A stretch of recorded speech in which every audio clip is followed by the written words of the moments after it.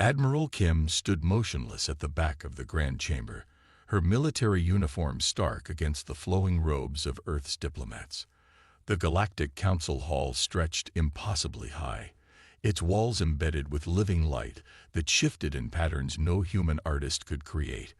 Thousands of alien representatives filled the tiered seating that curved around the central speaking platform, where Earth's delegation now stood, their faces showing the first signs of desperation. Esteemed council members, Foreign Secretary Jun pleaded, his voice echoing in the vast space.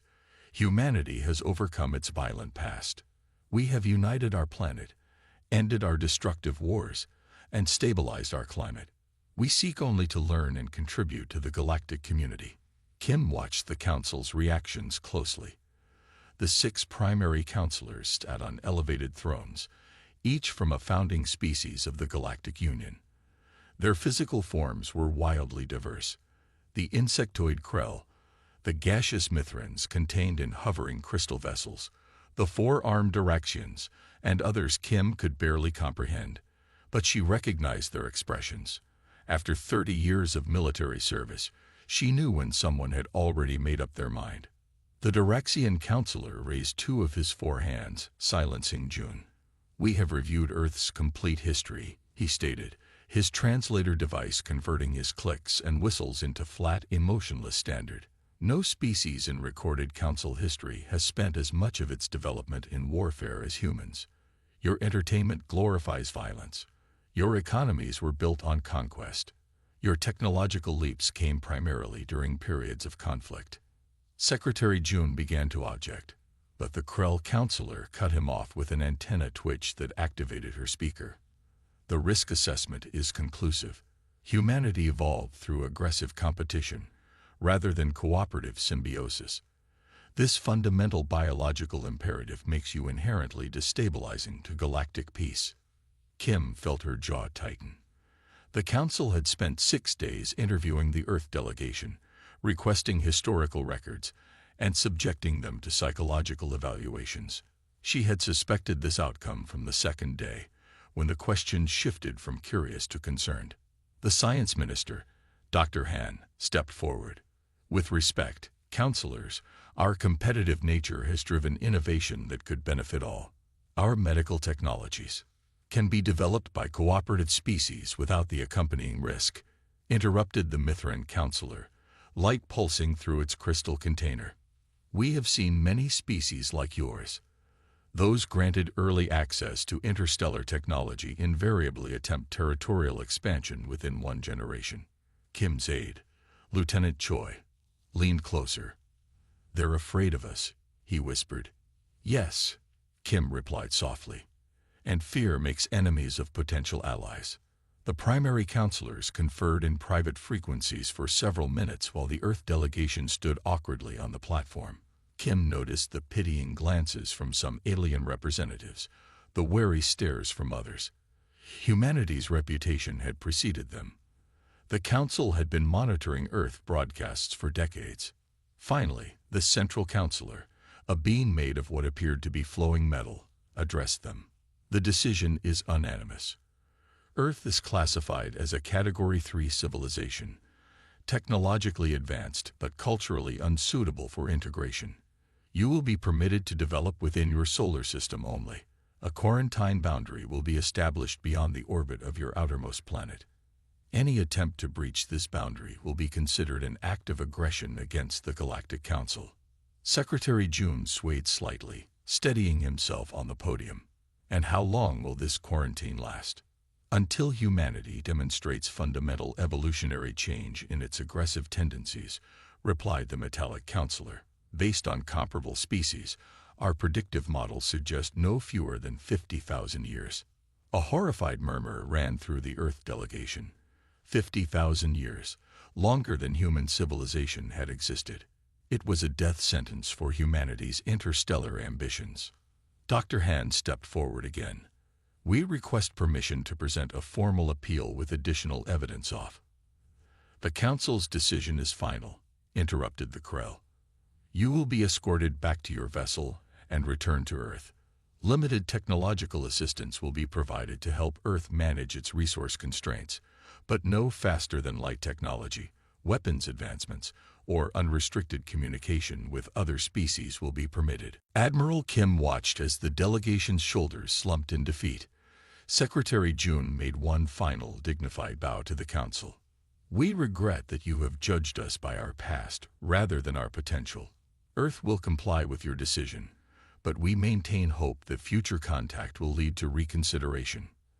As the Council session ended, armored security drones surrounded the Earth delegation, guiding them toward the exit. Kim fell into step beside Lieutenant Choi, her mind already racing through implications. "They're making a mistake, aren't they, Admiral?" Choi whispered, his young face showing the shock Kim had long since learned to hide. "A severe one," Kim replied, keeping her voice low. "They fear our aggression, but they've just ensured it." The delegation was escorted through the sprawling Council station, passing technology that made Earth's most advanced systems look primitive.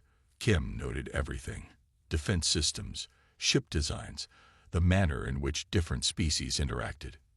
Information that might one day be useful.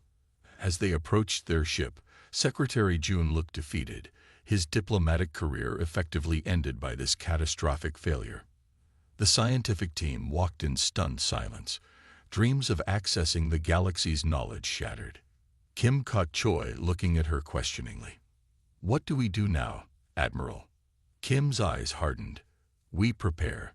They should have either destroyed us completely or welcomed us as equals. Exile will only make us stronger." On the journey home, while the diplomats drafted their grim report, Kim called a private meeting with the military and scientific personnel aboard.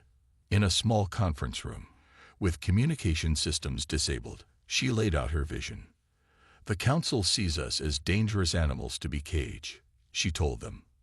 "But they've made a critical error. They're leaving us alone to develop, merely placing a fence around our territory." Dr. Hand frowned. "A fence patrolled by ships thousands of years ahead of our technology." "For now," Kim nodded. "But they've shown us what's possible. They've revealed the existence of faster-than-light travel, advanced energy sources, and materials we've never imagined. More importantly, they've shown us that most species out there evolved through cooperation, not competition, making them vulnerable to those who didn't," Lieutenant Choi said slowly, understanding dawning. Kim's lips curved in a slight smile. "We won't breach their quarantine, not directly. But they've given us something precious, a common enemy for all humanity. With this exile, Earth will unite as never before. We'll develop in secret, reverse engineer what we can, and prepare. One day, we'll either convince them to accept us or we'll make our own alliances," Dr. Hand finished. "There must be other species who disagree with the Council." "Precisely," Kim said. "Our exile begins today. Our planning for what comes after starts now." As Earth came into view through the viewport, blue, beautiful, and now effectively imprisoned, Admiral Kim made a silent promise to her homeworld. The Galactic Council had judged humanity too dangerous to join their community. In time, they would discover just how right they were. Dr. Park wiped sweat from his forehead as he studied the holographic simulation hovering above the laboratory table. 20 years of work had led to this moment. Around him, the underground research facility hummed with activity, hundreds of scientists working in shifts that never ended. The room was bathed in the blue glow of the simulation, a mathematical model showing how space itself could be folded. "Run it again," Park ordered, his voice steady despite his racing heart. "Increase power to stabilizer field by 8%. His assistant nodded, fingers flying across the control panel. The simulation shifted, the swirling energy pattern contracting before suddenly stabilizing into a perfect torus. "It's holding," the assistant whispered, eyes wide. "Field integrity at 93% and stable." Dr. Park allowed himself a small smile. "Record all parameters, then prepare the test chamber. We try the real thing tomorrow." 20 years ago, humanity had faced its greatest humiliation, quarantined to its own solar system by a galactic council that deemed them too aggressive for interstellar society. That day had changed everything. Old national rivalries fell away as Earth united against a common threat: extinction through isolation. Resources that once fed military conflicts were redirected to the greatest scientific initiative in human history, Project Prometheus. In the beginning, they had almost nothing. A few glimpses of alien technology during their brief visit to the Council station. Fragments of information about how other species traveled between stars. But humanity had always excelled at learning from scraps. The breakthrough came 10 years into the project when Admiral Kim, now Supreme Commander of Earth's Defense Force, authorized Operation Stardust. Thousands of miniaturized stealth probes were launched to the edge of the solar system, designed to drift past the quarantine boundary as seemingly harmless debris. Most were destroyed by Council monitoring systems, but enough made it through to begin the slow, patient task of gathering intelligence. Dr. Park left the laboratory and took the high-speed elevator to the surface. The Nevada desert stretched around the hidden facility, the night sky brilliant with stars. Stars that the Council had forbidden humans to visit. He pulled out his secure communication device. "It works," he said simply. "We're ready for the test phase." Half a world away, Admiral Kim received the message in her command center beneath the Pacific Ocean. The aging military leader allowed herself a rare moment of satisfaction before turning to her strategic team. "Dr. Park has done it. Initiate Phase 2. Within hours, Park's laboratory had been connected to the command center through secure channels. The test chamber's feed displayed on the main screen as Earth's Leadership Council gathered to witness history. The actual device looked deceptively simple, a ring of unknown material salvaged from Council debris, now fitted with human-made components. "The principle is straightforward," Park explained to the assembled leaders. "Our version is crude compared to Council technology, but the physics are sound. We create a quantum field that temporarily folds spacetime, allowing instantaneous travel between 2 points." He paused.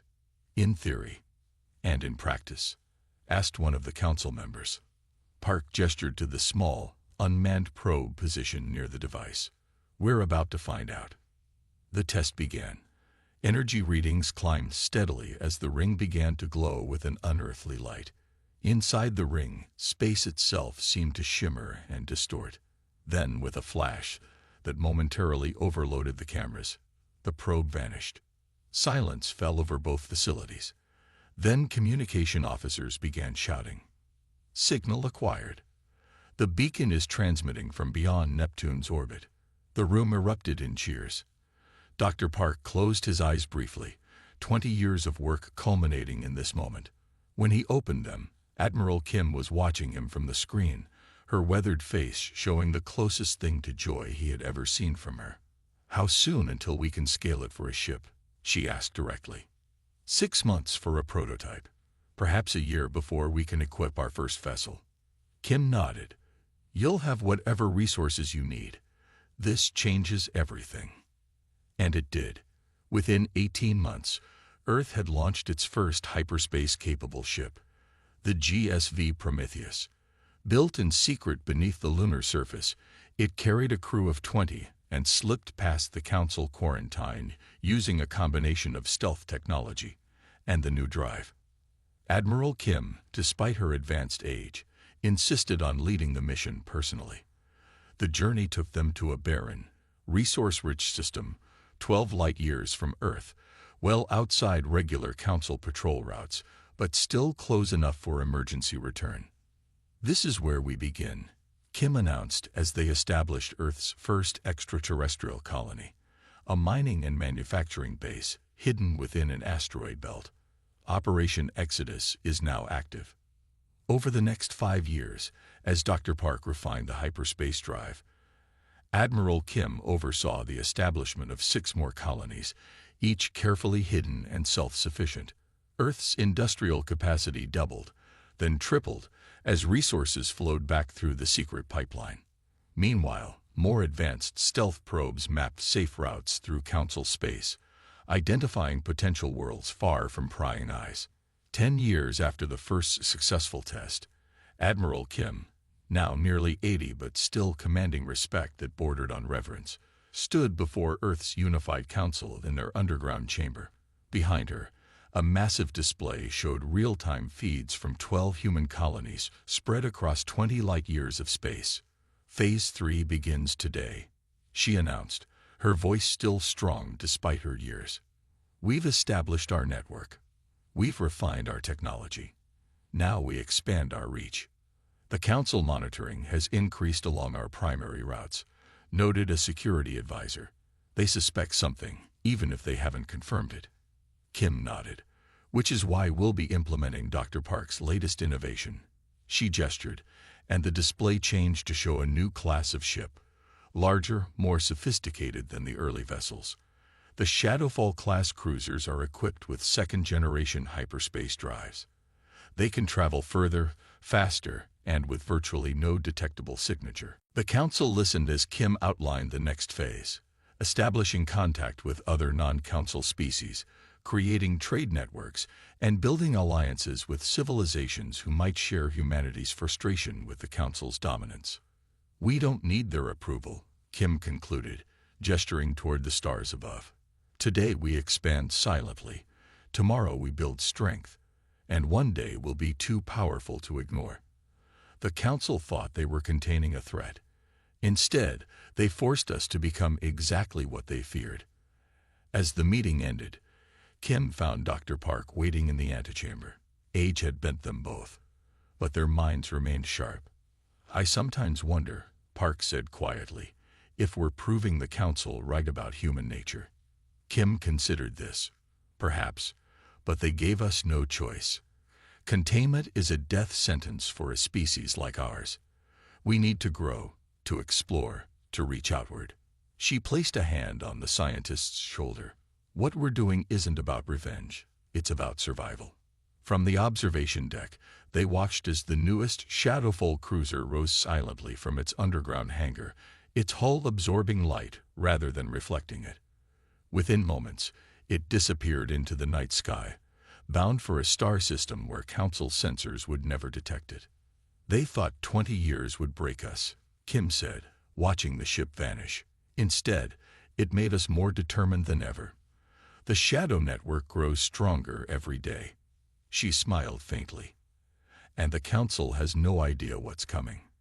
Captain Lee stood on the bridge of the HSV Defiant, her eyes fixed on the holographic display showing the Kernian homeworld. It was a beautiful planet, swirling blue oceans, sprawling green continents, and white polar caps. Sensors indicated a thriving pre-industrial civilization concentrated on the larger landmasses. The Kernians themselves resembled tall, slender humanoids with iridescent skin that changed color with their emotions. "Magnify Sector 4, Lee ordered, her voice steady despite the tension filling the bridge. The display zoomed in on a massive ship approaching the planet, nearly 3 times the size of the Defiant. Its distinctive angular design marked it as Staltar, one of the most powerful mining consortiums in the Galactic Council. "Scan complete, Captain," reported her science officer. "The Staltar vessel is a Class 3 resource extractor. They're deploying atmospheric processors. Based on previous patterns, they intend to begin terraforming operations to optimize mineral extraction." Lee's jaw tightened, and the Kernians. Their civilization would not survive the process. The atmospheric changes alone would kill most of their population within weeks. 50 years had passed since Earth's exile. Admiral Kim's vision had become reality. Humanity had established 17 thriving colonies, built a fleet of advanced starships, and created a shadow economy that operated beyond Council detection. The Defiant was part of Earth's newest exploration initiative, charting systems far from established Council routes. Finding the Kernians had been accidental. The Defiant detected their radio signals while passing through the system. Lee had ordered her ship to remain hidden while they studied the developing civilization. The Kernians had just discovered electricity and were experiencing their own industrial revolution. In perhaps another century, they might have reached space themselves. Then the Staltar arrived. The Exalted are deploying mineral scanners, reported the tactical officer. They've begun atmospheric sampling. No indication they've detected our presence. Lee faced a decision no Earth captain had encountered before. The standing order for all human ships was to avoid contact with Council species. Humanity's growing empire remained hidden precisely because they stayed in the shadows. Interfering would expose their presence, perhaps even reveal how extensively humans had violated the quarantine. Yet the alternative was to watch an entire civilization die. Signal the Swift and the Horizon, Lee ordered, referring to the two smaller escort ships accompanying the Defiant. Formation Delta. Arm defensive systems, but keep weapons cold. Her communications officer looked up in surprise. Captain, are you suggesting? I'm suggesting nothing, Lee interrupted. I'm giving an order. Open a channel to the Salter vessel. The bridge crew exchanged nervous glances but complied. Lee straightened her uniform and took a deep breath. Bring us out of stealth. Position between the Salter ship and the planet. The Defiant's stealth field disengaged, its hull becoming visible as it accelerated toward the massive Zaltar extractor. The two escort ships followed, taking flanking positions. Together, the three human vessels formed a barrier between the Saltar and the Kernian world. Channel open, announced the communications officer. Lee stepped forward. This is Captain Lee of the human starship Defiant. The Kernian civilization is under our protection. Withdraw your terraforming equipment and leave this system immediately. For several long moments, there was no response. Then the main screen flickered to show the Saltar commander, a tall, insectoid being with multiple compound eyes and gleaming mandibles. Unidentified vessels. The Saltar's translation device converted its clicks and whistles to standard language. You are interfering with a Council-authorized resource acquisition. This system has been properly registered for development. Remove your ships, or you will be destroyed. The alien's compound eyes shifted, clearly trying to identify the unknown ships. Human vessels bore no resemblance to their original Earth designs after 50 years of development. I repeat, Lee responded calmly, this planet contains a developing sentient species. We will not permit their destruction. The Saltar commander's mandibles clicked rapidly, and what Lee's cultural officer whispered was a sign of agitation. Humans, the Saltar finally stated, its translator unable to hide the shock in its voice. You are quarantined to your home system by Council decree. Your presence here is illegal. Your interference is illegal. Identify yourselves for judgment. Lee smiled thinly. We stopped recognizing Council authority over human activities long ago. The Kernians will be given the chance to develop naturally, without interference. This is not a request. It is a statement of fact. The Saltar commander's body language shifted to something Lee recognized from briefings. A combat stance. You have no standing here. The Council determined your species unfit for interstellar society. This will be reported as further evidence of human aggression. The alien turned to someone off-screen. Target the lead vessel. Full power. Lee nodded to her tactical officer. Shields up. Evasive pattern theta. The Defiant shuddered as the Saltar ship fired a powerful energy beam. The human vessel's shields flared but held steady. Shields at 87%, reported the tactical officer. Minor systems damage on Deck 4. Lee had hoped to resolve this peacefully, but she had come prepared for the alternative. Return fire. Disable their weapons and propulsion only. The Defiant's advanced targeting systems locked onto key points of the Saltar vessel. Precisely calibrated energy pulses struck the larger ship's weapon emplacements and engine nodes.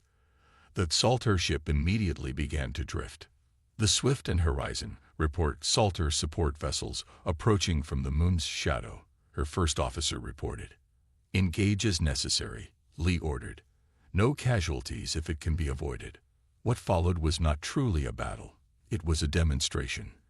The three human ships moved with precision and coordination that the Saltar clearly hadn't expected. Within minutes, all 5 Saltar vessels had been disabled, floating powerless but with life support intact. Lee opened the channel again. The Xaltar commander's posture now displayed what her cultural officer identified as shock and fear. What are you?" the alien demanded. "We are what your council forced us to become," Lee answered simply. "Your ships will be provided enough emergency power to reach the nearest council outpost. You will take a message. The Kernian system is now under human protection, as are 7 other developing civilizations we have identified. Any attempt to interfere with these protected worlds will meet similar resistance." The alien's mandibles clicked rapidly. "The Council will not tolerate this challenge." Lee leaned forward. "The Council has no choice. For 50 years, you believed us safely contained. In that time, we have built an empire in the shadows of yours. We have 17 colony worlds, a fleet of ships with technology that matches or exceeds Council standards, and alliances with other species who share our view of the Council's shortcomings. This was partly a bluff.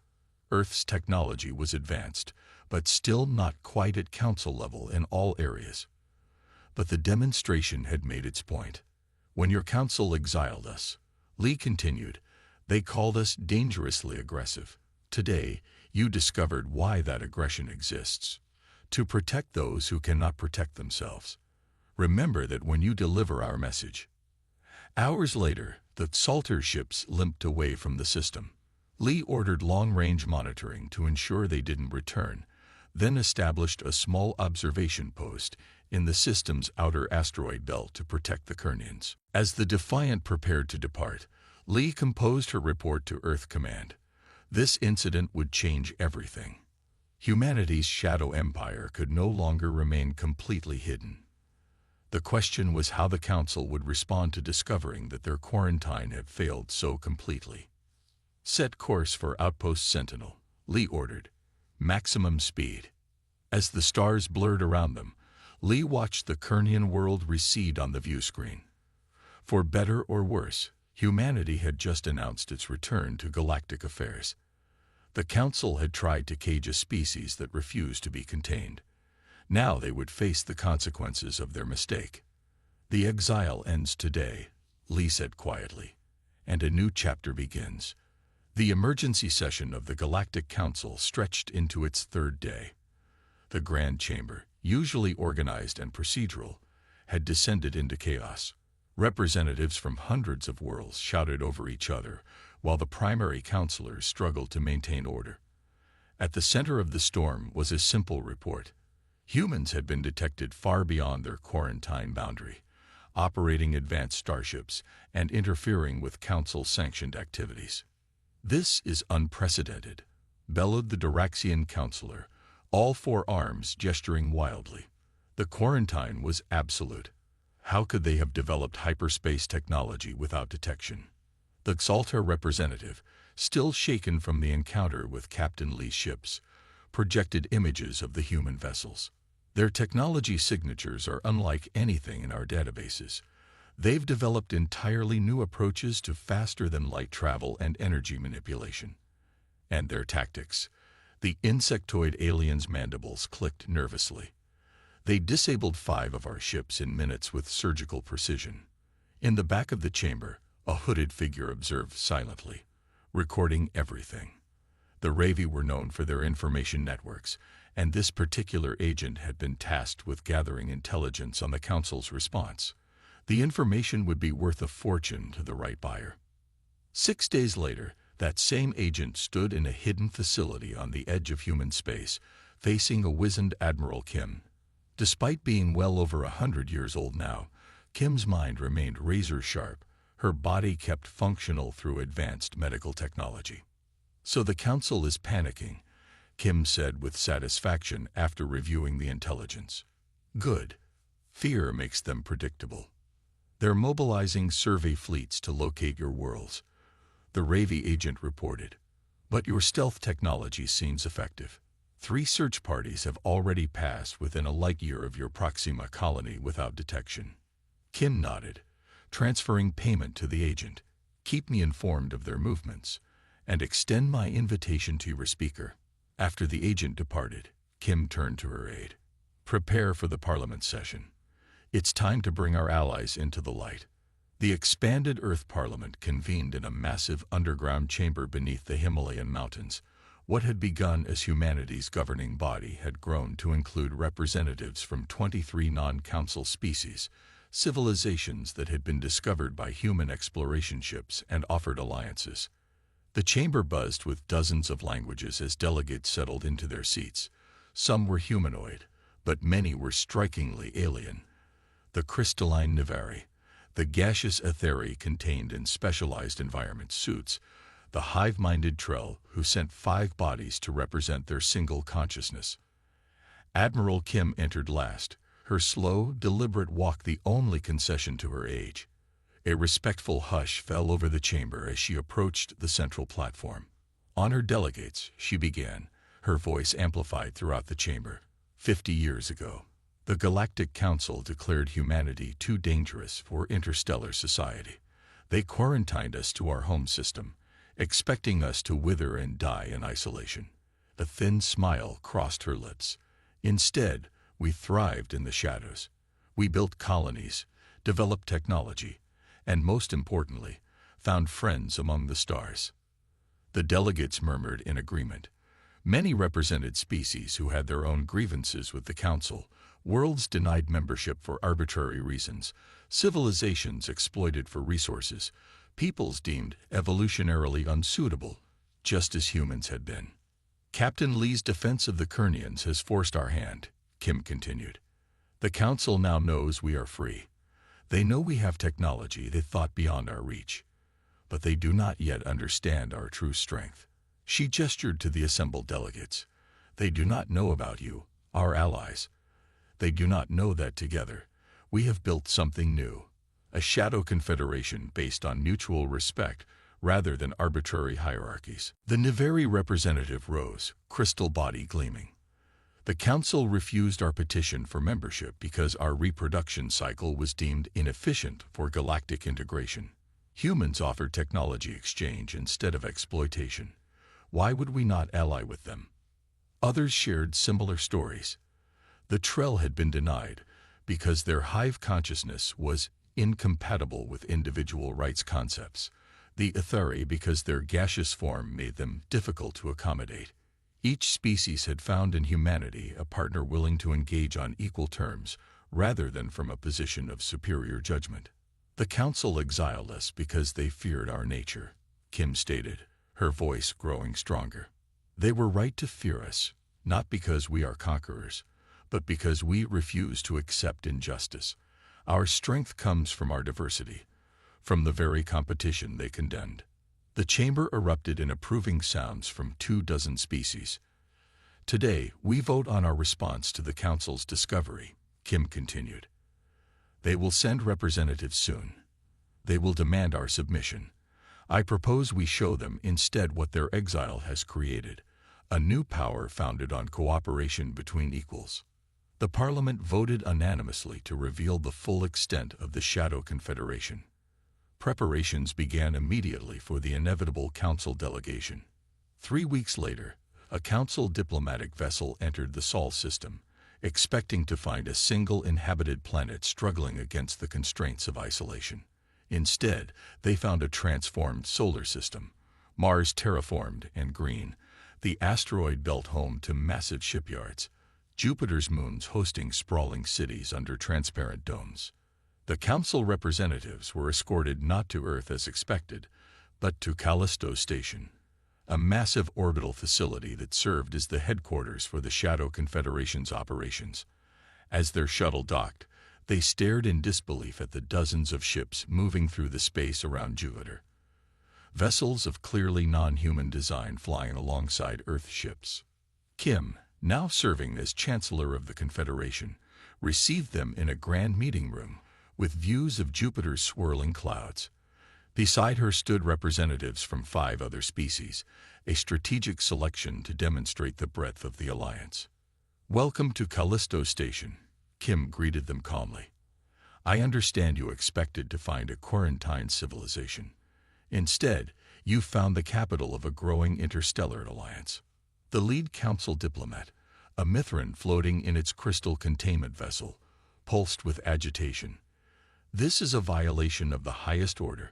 Humanity was judged unfit for interstellar integration. Your development of restricted technologies and unauthorized colonization represents a threat to galactic stability. Perhaps, Kim acknowledged with a slight smile, you should have considered that before exiling a species with our particular traits. Isolation doesn't work well on humans. It just motivates us. She gestured toward the window where a massive ship was passing, clearly of Niveri design, but bearing Shadow Confederation markings. We aren't alone anymore. 23 species have joined our confederation, all of them either rejected or exploited by your council. Together, we control 42 star systems, with outposts in 20 more. Impossible, whispered another diplomat. Our surveys would have detected such expansion. Your surveys looked for known technology signatures, Kim explained. We developed our own path. When direct routes were monitored, we found indirect ones. When traditional hyperspace was detected, we developed alternative methods. The council representatives conferred briefly among themselves before the Mithrin spoke again. The council cannot allow a competing power structure. It threatens the stability we've maintained for 20,000 years. Kim leaned forward. The council no longer has a choice. We aren't asking for permission to exist. We're informing you of reality. The exile you imposed is over, not by your grace, but by our determination. She stood, signaling the end of the meeting. Return to your council. Tell them the Shadow Confederation offers peaceful coexistence and trade. We have no interest in conquest, only in ensuring that developing civilizations like the Kernians are protected from exploitation. The choice of peace or conflict rests with you. As the council representatives were escorted back to their shuttle, Kim watched from the observation deck with her aides. Will they accept our terms? Asked a young officer. Eventually, Kim replied. They can't fight a war on multiple fronts, and we've been careful to establish our presence along their borders with the Phyrexian Empire. She smiled faintly. The council prides itself on being logical. They'll calculate the costs and realize cooperation is the only viable option. The council shuttle departed Callisto Station, taking with it news that would shake the foundations of galactic politics. The Shadow Confederation had emerged from darkness, revealing itself not as the aggressive conqueror the council had feared, but something perhaps more concerning, a viable alternative to their ancient order. The New Earth orbital station gleamed like a silver lotus in space, its petals stretching over 30 kilometers from center to edge. It was the largest artificial structure in known space, built through the combined efforts of 50 species over 15 years. Today, on the 100th anniversary of humanity's exile, it hosted representatives from across the galaxy for the Centennial Concord. Chancellor Sung stood at the viewing window of her private chamber, watching the procession of ships arriving through the designated hyperspace entry points. Each vessel represented a different world or species, their designs as varied as the beings they carried. Some were sleek and metallic, others organic-looking with flowing, seemingly alive hulls. The newest arrivals caught her attention.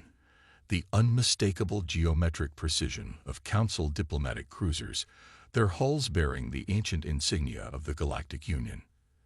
They actually came, remarked Vice Chancellor Trell, the Niveri representative whose crystalline form caught and refracted the starlight. Many doubted they would acknowledge the Centennial. Pride bends when necessity demands it, some replied. The trade accords left them little choice. The past century had transformed the galaxy's power structure. What began as humanity's desperate attempt to survive exile had evolved into the Shadow Confederation, an alliance now spanning 50 species and hundreds of worlds.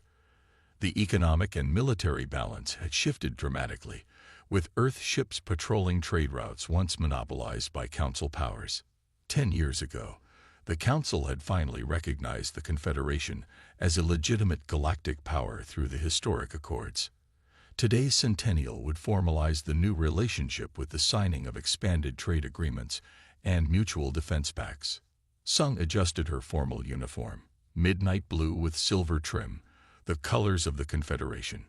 At 72, she carried herself with the straight-back discipline of her military background. Like many leaders of the Confederation, she descended from the original architects of humanity's response to exile. Her grandmother had served under Admiral Kim during the early expansion years. "It's time," announced her aide.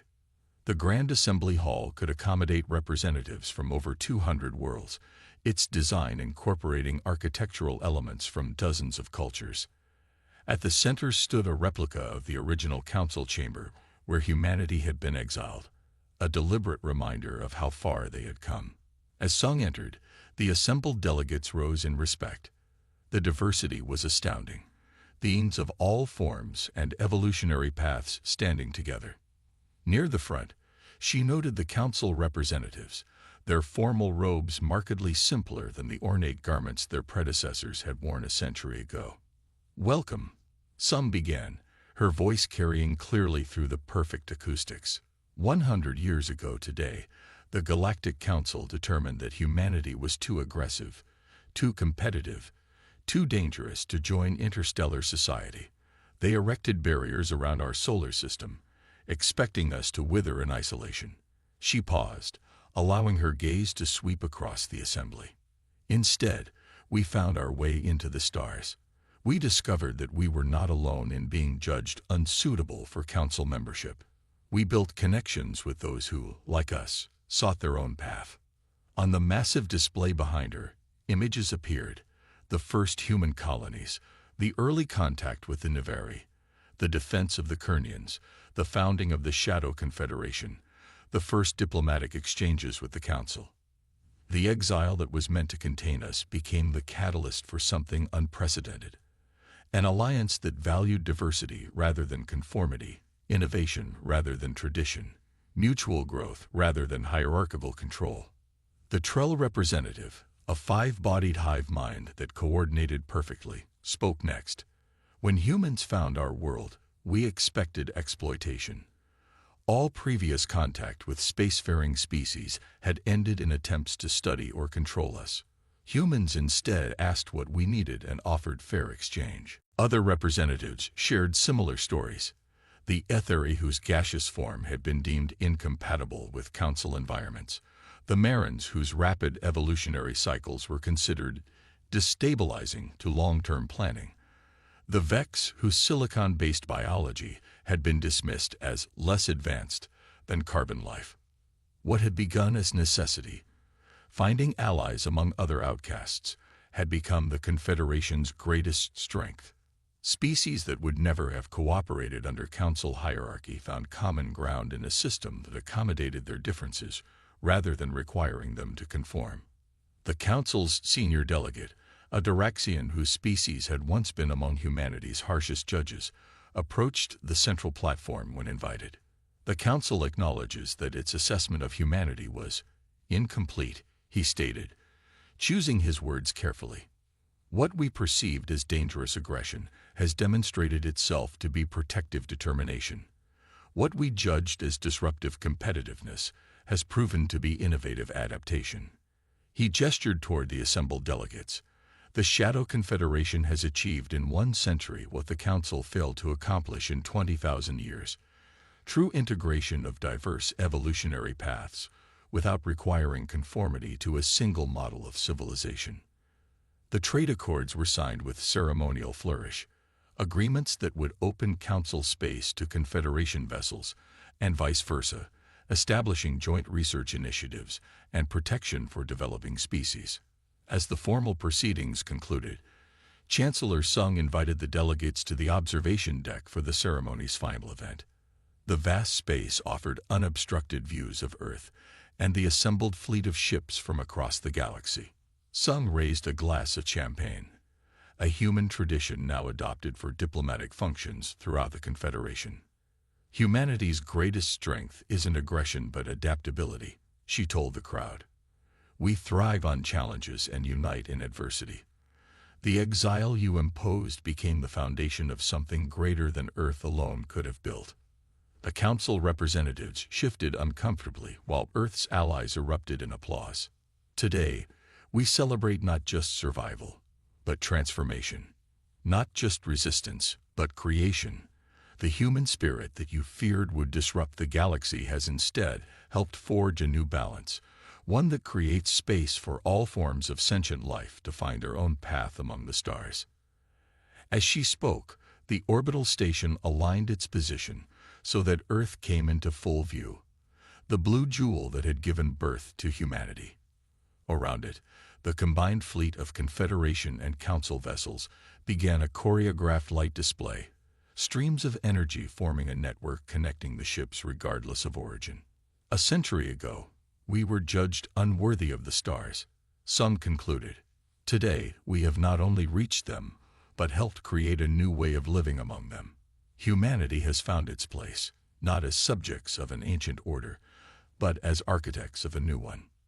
Later that evening, as the celebrations continued throughout the station, some found a quiet moment alone on a private observation deck.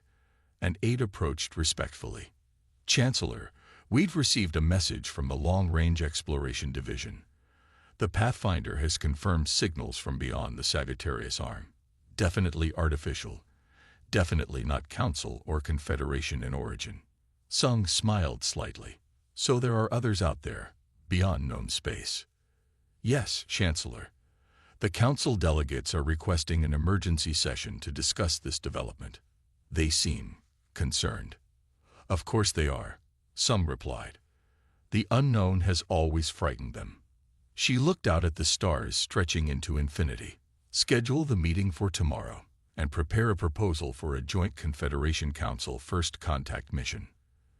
The aide nodded and departed, leaving Sung alone with the view. The exile that was meant to contain humanity had instead pushed them further and faster into the cosmos than they might otherwise have traveled. And now new horizons beckoned, not just for Earth but for the diverse alliance they had built. "Thank you for exiling us," she whispered to the absent council founders of a century ago. "You could not have given us a greater gift."